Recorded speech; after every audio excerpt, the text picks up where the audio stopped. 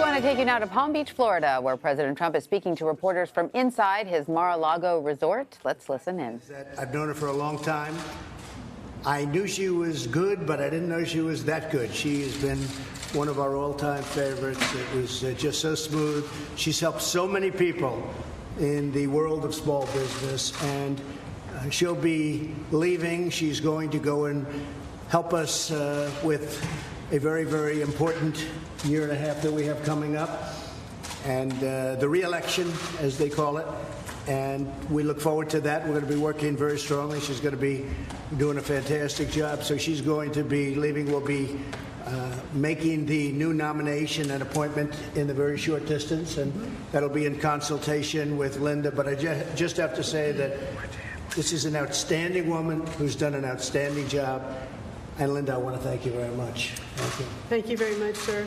I really appreciate that. I'd like to know what has been your highlight and what are some of the great things you've done, just so they all know, so that we can put it right on the record.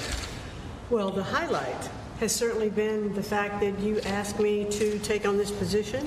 It has been an honor to serve the country in your cabinet, and serve the administration and the people of the United States and small businesses. You have 30 million small businesses. 99% of the businesses in this country are small businesses. So we've been able to help them at SBA. We've reimagined SBA with the great team I have there. They've just been awesome in helping us do everything. We've had great outreach to the community of small businesses. I have traveled all over the country. I've been to all 50 states. I've been to 68 district offices, met with over 800 business people, toured businesses. So I've really gotten a feel. When we talk about that optimism that's out there, it is there. It's palpable. Businesses are happy. They're taking their tax cut money. They're expanding. They're hiring more people. They're giving wage increases. It's incredibly powerful when you're out feeling it and talking to the businesses. And so we've had great outreach, more outreach to women entrepreneurs through a project that I've been working on with Ivanka. That's right. A learning platform.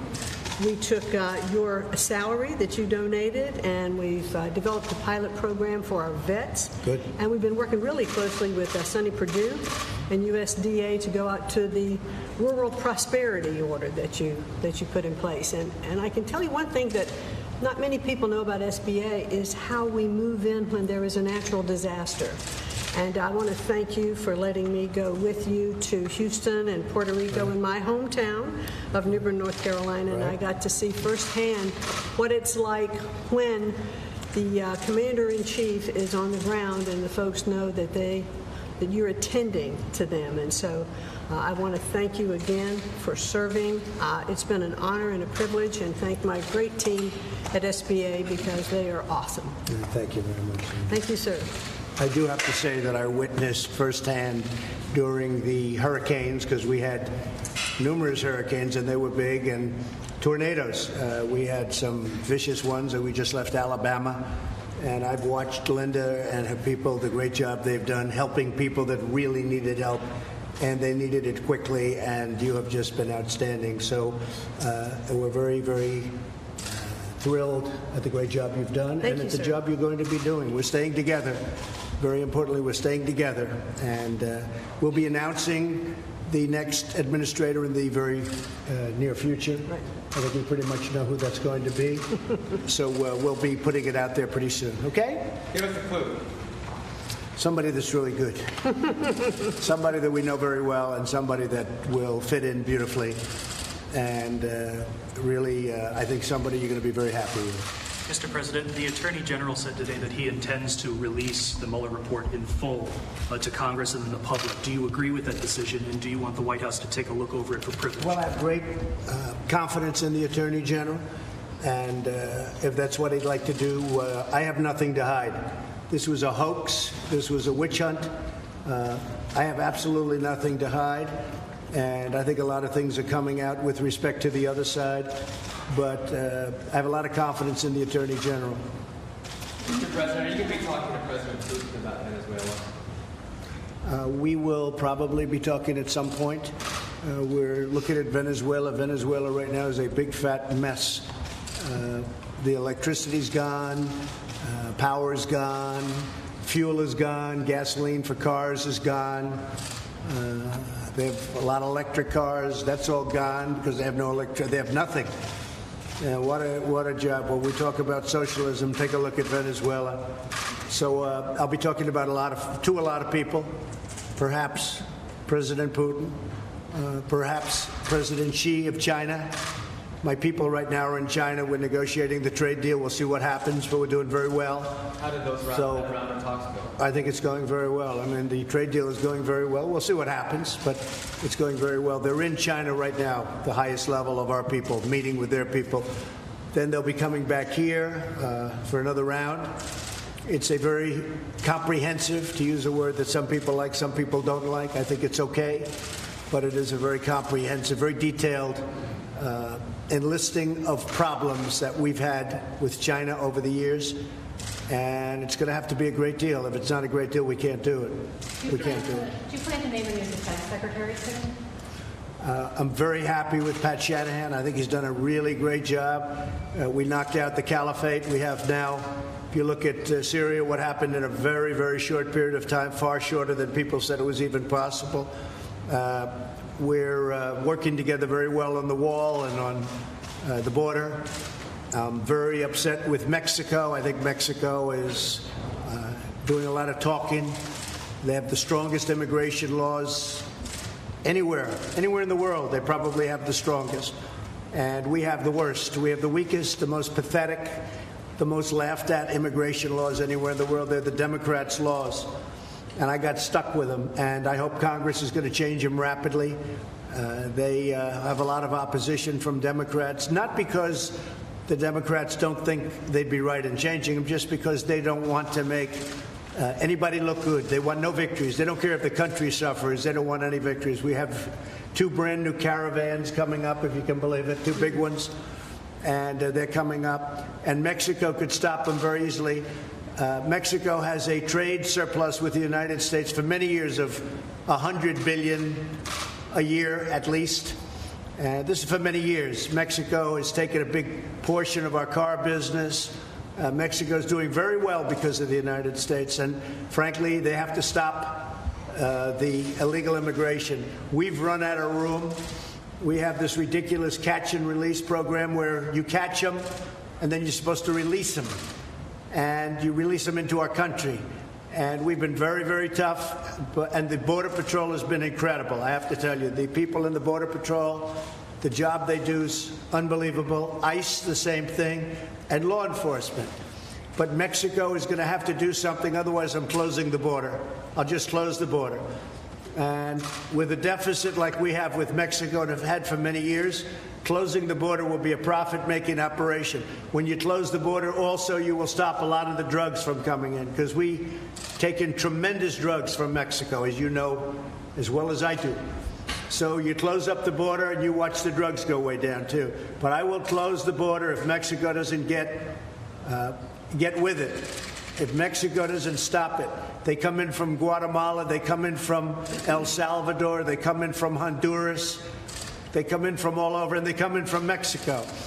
And we're working very hard to stop it. We're building the wall, but until the wall is completed, it's really moving along well. In fact, we're going to have a news conference very shortly over the next couple of weeks at the wall as it's being completed and going up at sections of the wall.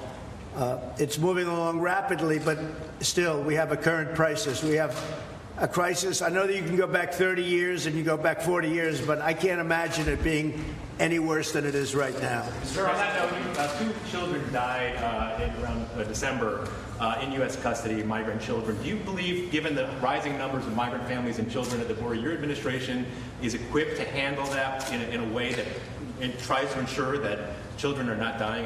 Well, I think that it's been very well stated that we've done a fantastic job. One of the children, the father gave the child no water for a long period of time. He actually admitted blame. The other one was being brought to the hospital in an emergency, on an emergency basis. It is a very tough situation, and that trek up is a long, hard trek. And you see what's happening to women. You see what's happening to children. It's a horrible situation, and Mexico could stop it right at their southern border. They have a southern border. and they have a border that could be very well structured. It's very easy for them to stop people from coming up, and they don't choose to do it. Well, we're not going to give them hundreds of billions of dollars and tell them that they're not going to use their strong immigration laws to help the United States. So there's a very good likelihood that I'll be closing the border next week, and that'll be just fine with me. Mr. President, can you tell us why you overturned those North Korea-related sanctions? I have a very good relationship with Kim Jong-un. He's somebody that I get along with very well. We understand each other. They are suffering greatly in North Korea. They're having a hard time in North Korea. And I just didn't think additional sanctions at this time were necessary. It doesn't mean I don't put them on later, but I didn't think that additional sanctions at this time were necessary. They are suffering greatly. They're having a very hard time in North Korea. And I think because of the relationship being a good thing, not a bad thing, I think it's very important that you maintain that relationship at least as long as you can. But we get along very well. We have a very good understanding, so I didn't think that those sanctions were necessary at this time. Have you spoken to Chairman Kim since? No, I have not. Were you upset that your Treasury Department put those sanctions in place? Did they run those past? Not at all, because they were intended to go. People thought that they would go at that time. They had the right to do that. I just decided that I would not let it happen. In a certain way, it's like the Special Olympics. For many years it hasn't been approved, and then at some point it gets negotiated out in Congress. Well, I went out and I said, we're going to have funding for the Special Olympics. So that's why I approved that. It's a little bit of a similar situation with different parties, to put it mildly. So I just want to, again, I want to thank the job you've done. I'll tell you what, Linda has been so great. And when somebody does that good a job, I'd rather do it this way than just say bye-bye. And so I'm doing it this way. And I'll tell you, Linda McMahon is a very special person. And now she's going to be working with me very hard so that we keep this miracle that we've built.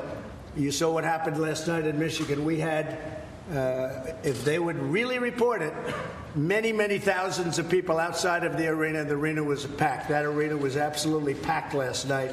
And there was tremendous love in that arena. And you look at what's happening with Michigan and Ohio and Pennsylvania and Florida and so many places, North Carolina, South Carolina. You look at what's going on, Iowa. When you see what's going on in Iowa, so many different places. New Hampshire, I have tremendous reports of something we did up in New Hampshire.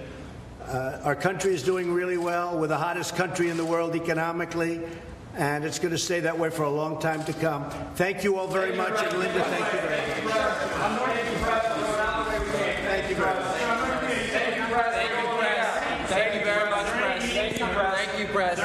And we've been listening to President Trump speaking to reporters from inside his Mar-a-Lago resort there in Palm Beach. He was announcing the resignation of Linda McMahon. She is stepping down as the head of the Small Business Administration to take on a role working for the president on his re-election efforts. She will reportedly be heading the pro-Trump super PAC America